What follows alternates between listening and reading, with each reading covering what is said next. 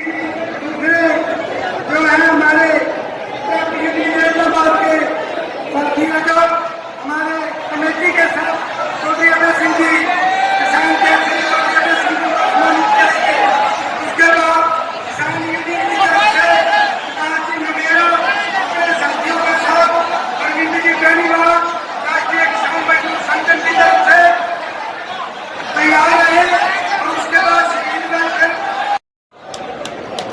साथियों, आपकी आवाज में दम नहीं है। एक बार आप फिर चेकर भाई अभय सिंह चौटाला जिंदाबाद, भाई अभय सिंह जिंदाबाद, किसान केसरी अभय सिंह जिंदाबाद, किसान केसरी अभय सिंह जिंदाबाद, किसान मजदूर हमारी एकता, किसान मजदूर हमारी एकता, किसान केसरी अभय सिंह जिंदाबाद। बहुत बहुत धन्यवाद जी हमारे टीम में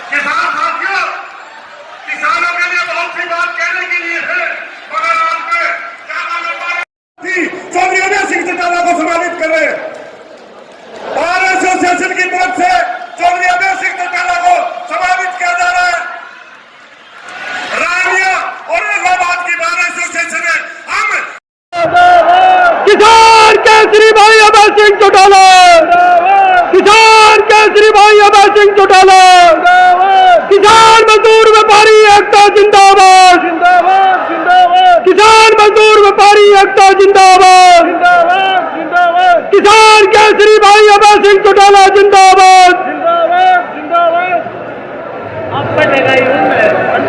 बोले सोनिया, बोले सोनिया।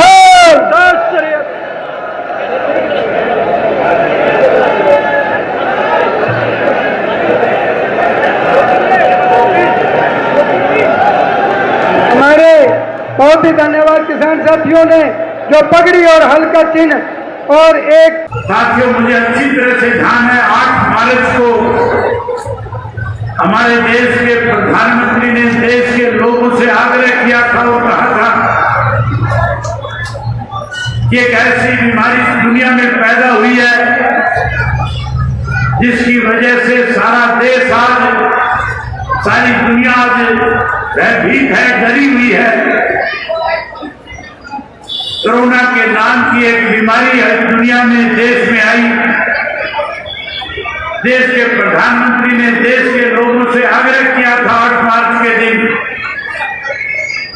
कि अगर आप चाहते हैं ये बीमारी जड़-मूल से समाप्त हो, खत्म हो, हमारे देश में बीमारी पैर ना फैलाए, तो फिर आपको आज पूरा दिन घर के अंदर रह करके शाम को 5 बजे के बाद अपने छत पे चढ़ करके थाली बजाने का काम करना है। देश के लोगों ने देश के प्रधानमंत्री की बात को स्वीकार किया और लोगों ने पूरा दिन अपने घर में रह करके शाम को हर घर की छत पर के चढ़ करके लोगों ने थाली बजाने का काम किया था। हमारा देश का प्रधानमंत्री कोरोना की बीमारी से निपटने की बजाय देश के लोगों में भय पैदा कर रहा था, डर पैदा कर रहा था। जहां डर डर और भय पैदा कर रहा था, वही कभी हमें थाली बजाने की बात कहता था, कभी ताली बजाने की बात कहता था। जबकि देश के प्रधानमंत्री की जिम्मेवारी बनती थी इस दुनिया के अंदर जिस महामारी ने लाखों लोगों को मौत के घाट उतारने का काम किया, मौत के मुंह में ले जाने का काम किया, जहां उस बीमारी से निपटने के लिए देश के प्रधानमंत्री को फैसला लेना चाहिए था, जहां उस बीमारी की वजह से कारखाने बंद हो गए थे, स्कूल बंद हो गए थे, कॉलेज बंद हो गए थे, कैसे देश के अंदर आर्थिक सुधार हो इसके लिए निर्णय लेना चाहिए था, कैसे देश के अंदर आर्थिक सुधार हो इसके लिए निर्णय लेना चाहिए था, जहां देश के प्रधानमंत्री को उन मजदूरों के लिए व्यवस्था करनी चाहिए थी जो हजारों मील से चल करके कारखानों में काम करते हैं, जो हजारों मील से आकर के हमारे खेतों और घरों के अंदर अपनी मजदूरी करके अपने बच्चों का पेट पालने का काम करते हैं। बड़ी हैरानी की बात थी, लाखों की संख्या के अंदर बिहार से आए हुए, उड़ीसा से आए हुए, बंगाल से आए हुए मजदूर, जब उनमें इस बात को लेकर के भय पैदा हो गया था कि कहीं इस बीमारी की चपेट में आ गए, तो चपेट में आने के बाद कहीं अपनी जान ना गवा बैठे। हालात जब देश में बने तो हर व्यक्ति अपने घर में अपने परिवार के साथ रहना चाहता है। तो उनमें इस बात को लेकर के भय पैदा हो गया था कि कहीं इस बीमारी की चपेट में आ गए, उस चपेट में आने के बाद कहीं अपनी जान ना गवा बैठे। इसलिए हर इंसान की इच्छा होती है कि मैं इस तरह के हालात जब देश में बने तो हर व्यक्ति अपने घर में अपने परिवार के साथ रहना चाहता है। लोग सड़कों के ऊपर उस 50 डिग्री के टेम्परेचर के अंदर बिना पैर में चप्पल डाले, पैरों में छाले लेकर के हजारों मील का सफर तय कर रहा था। देश के प्रधानमंत्री को इस बात को लेकर के कभी चिंता नहीं थी, इस गरीब की रोटी का जुगाड़ कैसे होगा, ये गरीब अपने घर कैसे जाएगा, जहां उन्हें साधन मुहैया कराना चाहिए था।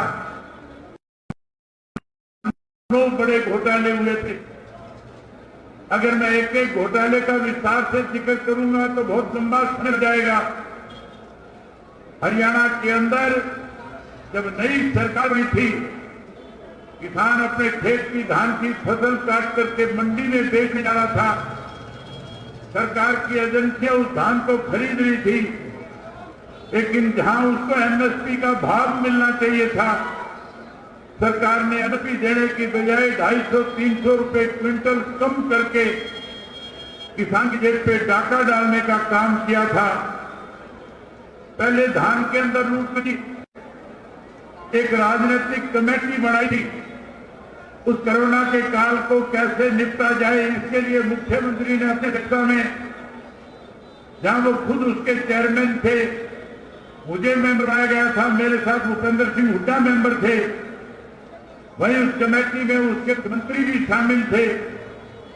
मैंने उनके सामने पूछा था, जब हमारी मीटिंग वीडियो कॉन्फ्रेंसिंग के द्वारा हो रही थी, मैंने उनसे पूछा, मुख्यमंत्री जी, जहां आपने सरसों में किसान को लूटने का काम किया, आने वाले समय में इस कोरोना के काल में गेहूं की फसल की कैसे किसान ले जाकर के मंडी में जाएगा। प्रदेश का मुख्यमंत्री कह रहा था, हम थोड़ा बहुत समय ज्यादा ले सकते हैं, लेकिन किसान का एक एक दाना खरीदने का काम करेंगे। साथियों, हैरानी की बात है, केंद्र की सरकार की तरफ से 17,000 करोड़ रुपया प्रदेश की सरकार को इसलिए दिया गया था कि वो किसान की गेहूं की फसल को खरीद के उसकी पेमेंट साथ की साथ करने का काम करे। पेमेंट देने की बजाय 2 महीने तक हरियाणा प्रदेश के किसान को बैंकों के चक्कर काटने पड़े थे। उस 17,000 करोड़ रुपए को एक बैंक था HDFC के नाम से उस बैंक के लोगों के साथ सरकार में बैठे लोगों ने मिलकर के वो 17,000 करोड़ रुपया बैंक में जमा कराया। 800 करोड़ रुपया उस 17,000 करोड़ का 2 महीने का ब्याज बना। हर 800 करोड़ रुपया बैंक के अधिकारियों के साथ मिलकर के बैठ करके सत्ता में बैठे लोगों ने उस पैसे को अपनी जेब में डालने का काम किया। उसके बाद शराब का घोटाला हुआ, रजिस्ट्री का घोटाला हुआ, स्वास्थ्य विभाग का घोटाला हुआ। जहां घोटाले हो रहे थे, न प्रदेश के किसान को लूटा जा रहा था, जहां हर वर्ग के लोगों को परेशान किया जा रहा था, वहीं हमारा देश का प्रधानमंत्री कृषि के कानून बनाने जा रहा था। 3 काले कानून बनाने के काम किए। मैं साथियों ये बात जरूर कहना चाहूंगा कि जब कृषि के कानून का ड्राफ्ट तैयार हुआ, जब इसकी रूपरेखा बनाई गई थी, ये मामला 2012 का है। 2012 में हरियाणा प्रदेश में कांग्रेस की सरकार थी, केंद्र में कांग्रेस की सरकार थी, जो इसके लिए कमेटी मुकर्रर की थी, जिसके 5 मेंबर थे जो अलग अलग प्रदेशों के मुख्यमंत्री थे। उनमें हरियाणा प्रदेश का मुख्यमंत्री भूपेंद्र सिंह हुड्डा उस कमेटी का चेयरमैन था, जिस कमेटी ने इस ड्राफ्ट को बनाने का काम किया।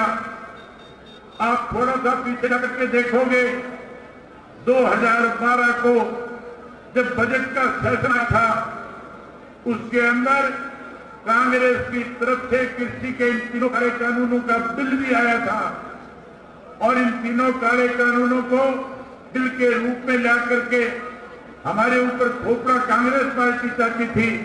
उस वक्त के अंदर जब ये बिल आया था, कांग्रेस के पास पूर्ण बहुमत नहीं था। कांग्रेस के पास ऐसे लोगों ने उनको सत्ता में लाने का काम किया था जो अलग अलग क्षेत्रीय दल थे, छोटे छोटे दल थे, जो अपने अपने प्रदेशों के अंदर किसानों की लड़ाई लड़ने का काम करते थे, किसानों को सुविधाएं देने का काम करते थे। उस वक्त में लालू प्रसाद की पार्टी का समर्थन कांग्रेस को था, मुलायम सिंह जी की पार्टी का समर्थन कांग्रेस को था, बीजू पटेल की पार्टी का समर्थन कांग्रेस पार्टी के साथ था। वहीं पश्चिम बंगाल के मुख्यमंत्री ममता बनर्जी की पार्टी का समर्थन भी कांग्रेस पार्टी के साथ था। शरद पवार की पार्टी का समर्थन कांग्रेस के साथ था। जब वो बिल लेकर के आए, जब उन्होंने चर्चा शुरू कराई, इन सब पार्टी के नेताओं ने कांग्रेस पार्टी की मुखिया सोनिया गांधी से जाकर के कह दिया कि अगर ऐसे काले कानून इस देश के अंदर आपकी सरकार लागू करना चाहेगी तो हम अपना समर्थन वापस ले लेंगे, आपकी सरकार गिर जाएगी।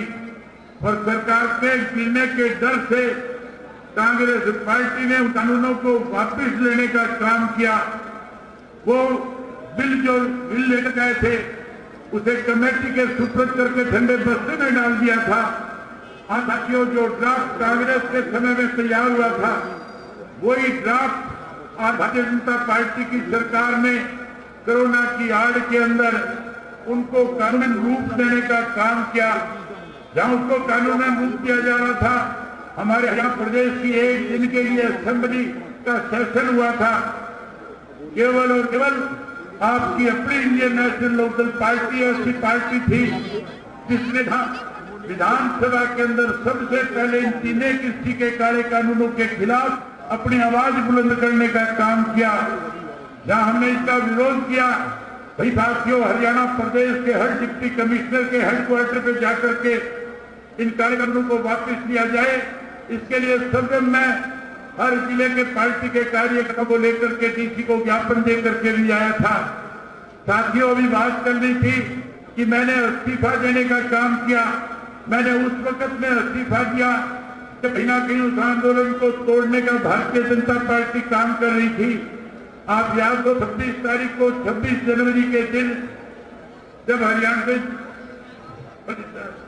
जब बॉर्डर पे बैठा किसान अपना ट्रैक्टर लेकर के दिल्ली के अंदर अपनी तिरंगा यात्रा निकाल रहा था, जहां किसान तिरंगा यात्रा के माध्यम से देश को मैसेज दे रहा था कि आज केंद्र की सरकार किसान को आंदोलन करने पे मजबूर कर रही है, आज किसान की जमीन को लूटने के लिए काले कानून बना रही है। आज किसान उस खेत का मजदूर मालिक जो था मजदूर बन जाए, इसके लिए इस तरह के कानून हमारे ऊपर थोपना चाहती है।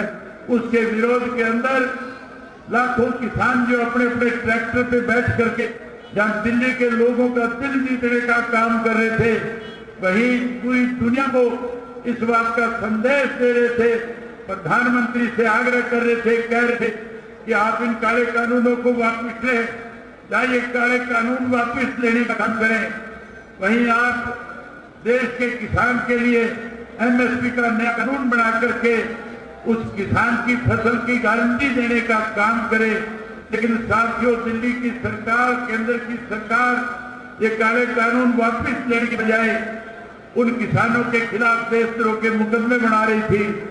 उन किसानों को कहीं ये कह करके बदनाम कर रही थी कि आंदोलन खालिस्तानियों का हो गया है, कहीं सिख और हिंदू को आपस में लड़ाना चाहती थी, हरियाणा और पंजाब के लोगों के बीच में विवाद खड़ा करना चाहती थी। एक षड्यंत्र 26 तारीख को रद्द करके इन्होंने इस देश के किसान को बदनाम करने की कोशिश करी थी। मैंने उससे पहले ये बात करी थी कि अगर 26 तारीख तक ये काले कानून वापस नहीं ले लिए जाएंगे तो 27 तारीख को असेंबली में जाकर के स्पीकर को अपना इस्तीफा सौंपने का काम करूंगा। मैंने साथियों इस्तीफा इसलिए भी दिया था कि लगातार बहुत सारे ऐसे नेता इस देश के थे जो किसान आंदोलन में जाकर के कहते थे कि हम आज सत्ता के साथ है, लेकिन किसान के साथ अगर सरकार किसी किस्म से कोई दबाने की कुचलने की कोशिश करेगी तो हम सत्ता को छोड़ करके किसान के साथ आकर खड़े हो जाएंगे। मैं उन बहरूपियों के चेहरे बेनकाब करना चाहता था जो केवल किसान की कोशिश कर रहे थे। हमारे हरियाणा प्रदेश के अनेक ऐसे विधायक थे जो जाकर के कहीं बॉर्डर के ऊपर घड़ियालियां डुबाते थे, जो कहते थे कि हम किसान के हमदर्द, हम किसान के साथ रहेंगे। और साथियों, मेरे इस्तीफा देने के बाद वो सारे बहरूपे बिल में बढ़ करके रह गए। उनमें से एक भी किसी भी पेट्रोल बैरियर पे नहीं जा सकता, उनमें से कोई एक भी आज किसी किसान आंदोलन का हिस्सा नहीं बन सकता। आज साथियों, जिस ढंग किसानों को कमजोर करने की साजिश ये केंद्र की सरकार रच रही है, मैं आप एक ही बात कहना चाहूंगा, मेरे सामने सिर्फ 2 विकल्प थे। एक मेरे सामने खुशी थी और दूसरा मेरे सामने किसान था। मुझे उन दोनों में से एक का चयन करना था। मेरी रगों में चौधरी देवीलाल जी का खून है और चौधरी देवीलाल ने बड़े से बड़े पद को ठोकर मारने का काम किया। चौधरी देवीलाल ने प्रधानमंत्री के पद को भी, अपने ताज को भी वीपी सिंह के सर पे रखने का काम किया था। लोगों के बीच में कभी कहीं उस बात को कभी कमजोर नहीं होने दिया। मेरे सामने केवल 2 विकल्प थे। एक विकल्प था कि मैं विधायक के पद पे बड़ा रहूं और दूसरा विकल्प था कि मैं चौधरी देवीलाल की नीतियों को आगे बढ़ाने का काम करूं। चौधरी देवीलाल की नीतियों को आगे बढ़ाने के लिए कि मैं विधायक की छोड़नी थी, खुद छोड़ करके किसान के साथ खड़े होने का काम किया। किसान के साथ खड़ा हुआ। वही साथियों, आपसे अपील करने के लिए आया हूं। आप बहुत लंबे समय से बैठे हो, बहुत देर से आप आए हुए हो। आपका मन, ये जो कलाकार साथी बैठे हैं, ये कलाकार पहले थे, आज ये किसान के पुत्र है, आज ये किसान के बेटे हैं, आज ये किसानों की आवाज है, आज ये किसानों के लिए लड़ने का काम कर रहे हैं। आज ये मनोरंजन करवाने के लिए नहीं आए, आज आपको आह्वान करने के लिए आए हैं कि अगर आप किसान के घर में पैदा हुए हो तो फिर आपको सारे राजनीति से ऊपर उठ करके, सारी आपसे छोटे मोटे विवाद भूल करके इस किसान आंदोलन का हिस्सा बन करके उस किसान को नए सिरे से आजाद कराने का काम करो, जिस किसान को आज देश की सरकार कमजोर करने की कोशिश कर रही है। मैं उम्मीद करूंगा कि हमारे इलाके का एक एक किसान जो है, चाहे फसल की कटाई का समय आने वाला है, उसको चिंता करने की जरूरत नहीं है। साथ ही इस आंदोलन को मजबूत करने के लिए आप लोगों को अपनी खड़ी फसल खेत के अंदर, जिसकी चिंता मत करना, किसी साथी की फसल की कटाई में दिक्कत आएगी, मुझे फोन करके कह देना, उसके खेत में कंबाइन भेज दूंगा, उसके गेहूं मैं कटवाऊंगा, उसकी गेहूं मैं निकलवाऊंगा और उसकी गेहूं को एमएसपी पे मेरा काम है बिकवाने का। सरकार नहीं अगर उसको भेजेगी तो सरकार के गर्दन पे पैर रख करके आपकी फसल को सरकार से एमएसपी के रेट पे बिकवाने का काम करूंगा। साथियों, आपसे एक और बात कहना चाहूंगा। आज के जो हालात है, आज जिस तरह से लोग लगातार किसान को कमजोर करने की कोशिश कर रहे हैं, चाहे वो किसी भी राजनीतिक दल से जुड़े हुए हैं, आज जींद के लोगों ने फैसला किया है कि जींद के अंदर बीजेपी और जेजेपी का कोई भी नेता किसी काम में नहीं जा सकेगा। आज पूरे सरसा जिला से आए हुए आप लोग बैठे हैं, आप आज एक फैसला लेकर के जाओ कि आपके भी किसी गांव के अंदर बीजेपी और जेजेपी का कोई नेता प्रवेश नहीं कर पाएगा। अगर कोई आएगा तो हम उसका विरोध करने का काम करेंगे, लोग उससे इस्तीफे की मांग करेंगे। मैं उम्मीद करूंगा कि आप लोग इसका डट करके विरोध करोगे। अगर आप विरोध करोगे तो दोनों हाथ खड़े करके मुझे बताओ कि हम विरोध करने का काम करेंगे। जहां सब विरोध करोगे वहीं इलाहाबाद का बाई इलेक्शन आएगा। इलाहाबाद के लोगों से कहना चाहूंगा, क्योंकि इलाहाबाद के लोगों का कर्ज मेरे ऊपर है। आप लोगों ने मेरे पर विश्वास व्यक्त किया था, आपने मुझे विधानसभा का सदस्य चुना था, उन हालात में आपने मुझे वोट दिया था। जब देश का प्रधानमंत्री मुझे यहाँ हराने के लिए आया था, आप लोगों ने देश के प्रधानमंत्री की बात सुनने की बजाय आप लोगों ने एक वोट डाल करके मुझे विधानसभा भेजा था। साथियों, उसी तरह से आने वाले समय में जब चुनाव हो आपके यहाँ पे, तो उस चुनाव के अंदर भी भारतीय जनता पार्टी और जेजेपी के लोगों को सबक सिखाना और फिर से अपनी ताकत हरियाणा की विधानसभा में भेजने का काम करना। आप आए, आप सब ने मेरी बात को सुना, आप सबका बहुत धन्यवाद। जय हिंद, जय हरियाणा। भाई अभय सिंह चौटाला जिंदाबाद। समय का पहिया घुमा के अब एक नई शुरुआत करिए, इस देश की सुनहरी धरती में नई जान भरिए। खिलखिलाते खेतों में खुशियों की बरखा करिए, अपने खेतों की फसलों से देश खुशहाल करिए। बेलारूस ट्रैक्टर, हाँ बेलारूस ट्रैक्टर, तकनीक विदेशी है, इसे देश के रंग में रंगिए। बेलारूस ट्रैक्टर का सब मिलके स्वागत करिए। बेलारूस ट्रैक्टर, तकनीक विदेशी, दिल देसी।